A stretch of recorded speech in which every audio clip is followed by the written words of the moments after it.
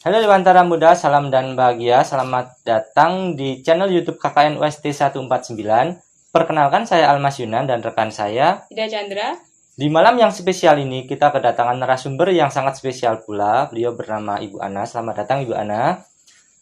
Ibu Ana ini merupakan salah satu relawan COVID-19 dari Kecamatan Manis Renggo, khususnya yang menangani tracer di Desa Keranggan. Ya, betul.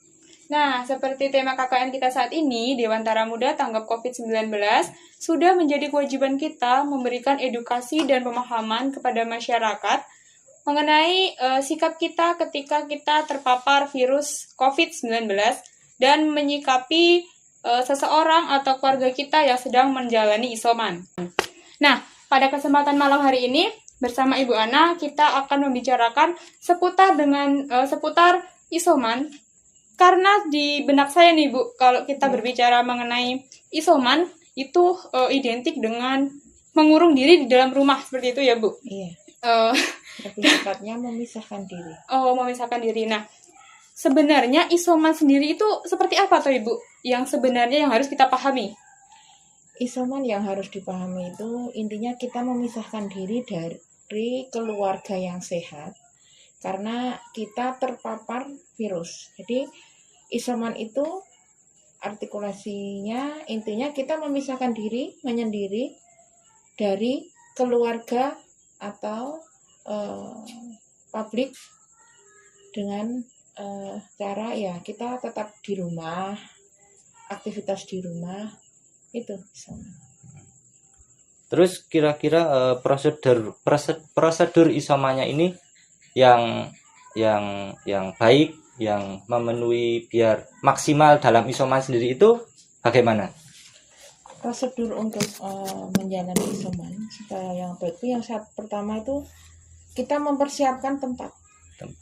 Ya, tempat yang meliputi misalkan kita isolasi di rumah dan kita harus dalam satu rumah ada beberapa anggota keluarga dan kita tidak punyai tempat lain. Itu artinya kita mempunyai ruangan rumah yang mempunyai jendela, ventilasi yang cukup baik, kamar mandi yang terpisah dengan anggota keluarga yang lain. Dan semua alat makan, kita juga mempersiapkan obat-obatan ringan untuk diri kita sendiri. Itu ya intinya prosedurnya kurang lebih seperti itu. Ibu tadi mengatakan bahwa isoman adalah memisahkan diri bersama keluarga ataupun di publik seperti itu ya Bu? Iya. Nah, ketika kita isoman di rumah, otomatis keluarga kita berkontak erat dengan kita atau keluarga kita ada di dalam rumah itu. Nah, bagaimana kita melakukan isoman di dalam rumah itu? Maksudnya, apakah kita harus mengambil makan sendiri, harus memasaknya sendiri, atau seperti bagaimana Ibu? Tidak seperti itu ya Mbak. Dalam artian isoman itu keluarga itu bisa mengurusi kita dengan cara ya setiap kali mau mempersiapkan makan dan minum itu alat makan, alat minum, semuanya itu yang khusus untuk yang isoman itu semuanya terpisah. Dalam artian terpisah itu ya mencucinya, penempatannya. Jadi orang yang tidak sedang isolasi bisa mengurusi orang yang sedang isolasi. Iya, maksudnya dalam satu keluarga itu bisa mengurusi dalam artian gini, safety-nya pakai sarung tangan atau tidak setiap habis kontak itu setidaknya hand sanitizer itu selalu siap. Itu jadi semuanya dari mencuci pakaian, makan itu bisa dilakukan, alat makan itu bisa dilakukan ke anggota keluarga kita. Yang artinya jangan sampai alat-alatnya itu juga tercampur dengan anggota yang lain. Itu persyaratannya seperti itu. Berarti tetap tidak apa-apa ya Bu, misalnya ada keluarga kita yang isoman, jadi kita tidak perlu takut. Yang terpenting kita harus memisahkan barang-barang kita dari yang sedang melakukan isoman, seperti itu ya Bu? Iya. Nah, berarti jika dalam satu keluarga ini yang isoman satu kan Bu? Iya. Berarti yang lainnya ini kayak bebas keluar gitu? Ya nggak boleh. Berarti dalam satu rumah itu masih harus isoman semua gitu? Tidak, Oh. gini Mas, kalau misalkan dalam satu rumah kita itu ada yang isolasi, artinya kapan kita melakukan tes PCR maupun antigen, itu keluarnya itu kita kapan, terus keluarga itu yang kontak erat itu minimal dalam 1 minggu itu masih berkumpul dengan yang positif, itu setidaknya mengikuti isolasi selama 7 hari atau 10 hari. Tuh, seandainya nanti kok yang keluarga yang lain itu bergejala, nah alangkah baiknya kita melakukan tes swab atau PCR antigen. Iya, Gitu. gitu. Nah, tetapi ketika kalau semua keluarga itu berarti bisa dikatakan isoman gitu nggak Bu? Walaupun Iya. waktunya nggak, Berbeda. ya waktunya berbeda. Iya. Nah, kegiatan kesehariannya misalnya kalau di kampung-kampung kan berarti ada kegiatan kayak hewan ternak, kayak misalnya seseorang itu adalah tulang punggung keluarganya, makanya harus keluar gitu. Nah, itu seperti gimana Bu? Itu nanti kalau misalkan kita mempunyai kebetulan yang isolasi itu mempunyai tanggung jawab hewan ternak, misalkan seperti kambing, sapi, dan lain sebagainya itu, bila dimungkinkan, kita meminta tolong relawan itu seandainya keluarga yang lain atau kerabat kita itu tidak mampu untuk mencukupi kebutuhan ternak kita. Tapi seandainya, toh kalau memang relawan sendiri juga memang kadang juga mempunyai kesibukan, itu nanti kita akan mengedukasi warga. Itu intinya gini, berikan ruang untuk intinya anggota keluarga, bukan yang isomannya, anggota keluarga untuk memenuhi kebutuhan ternaknya. Tapi ya seperlunya saja, jangan pakai ngobrol terus ketemu sama teman say hello, itu jangan. Intinya ke sawah seperlunya, ambil secukupnya, terus mengurusi ternak sudah gitu. Nah, ini ngomong-ngomong yang isoman tadi kan Bu. Jadi orang yang perlu isoman di rumah secara mandiri sama yang harus isoman di rumah sakit, maksudnya harus perawatan medis, itu yang seperti apa? Yang isolasi mandiri itu yang bergejala seperti apa gitu? Yang isolasi mandiri itu pastinya satu, dia tidak komorbid yang artinya tidak mempunyai penyakit bawaan. Yang seperti kan ada yang asma, ada yang mempunyai mah akut atau penyakit gula misalkan.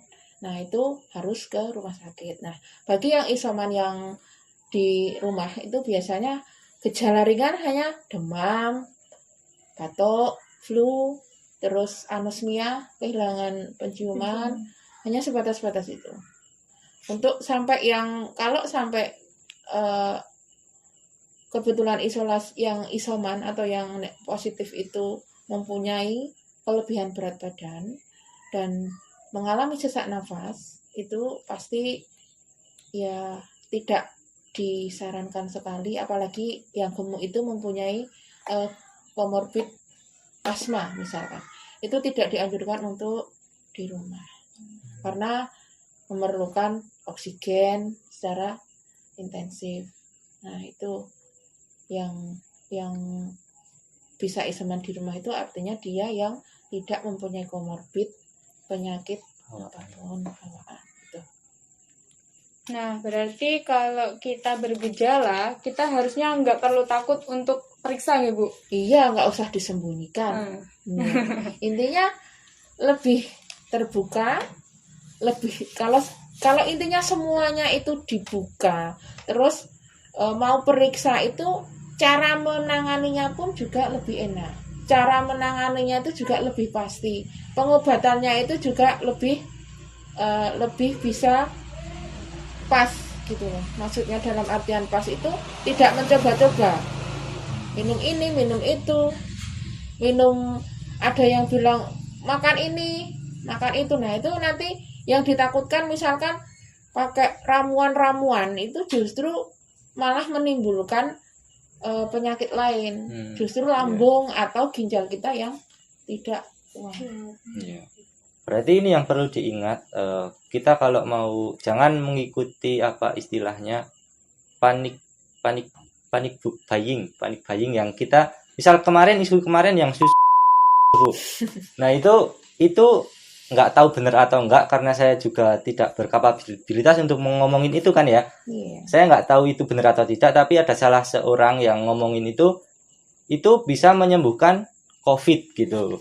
Nah terus orang-orang berbondong-bondong buat beli ke supermarket, buat beli susu itu sampai harganya satu picisnya 50.000 yang saya tahu. Wah itu berarti itu jangan sampai di masa pandemi ini kita harus pintar-pintar menyaring informasi ya. Iya.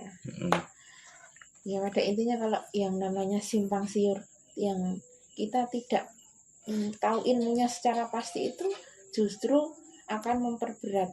Maksudnya kita malah justru akan ada gangguan-gangguan lain. Misalkan yang penting isoman itu kebutuhan protein tercukupi, kebutuhan gizi, kebutuhan minum.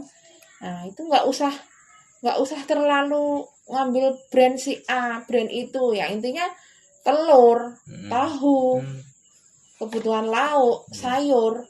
Yang pasti biasanya saturasi menurun, terus dia mengalami lemes, itu justru yang lebih kita sarankan itu minum air putih hangat.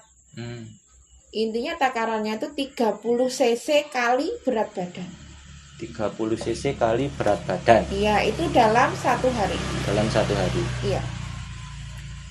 Nah, ngomongin tentang yang makan-makan tadi, nah saat isoman itu yang perlu ditekankan saat mengkonsumsinya itu yang protein segala macam itu.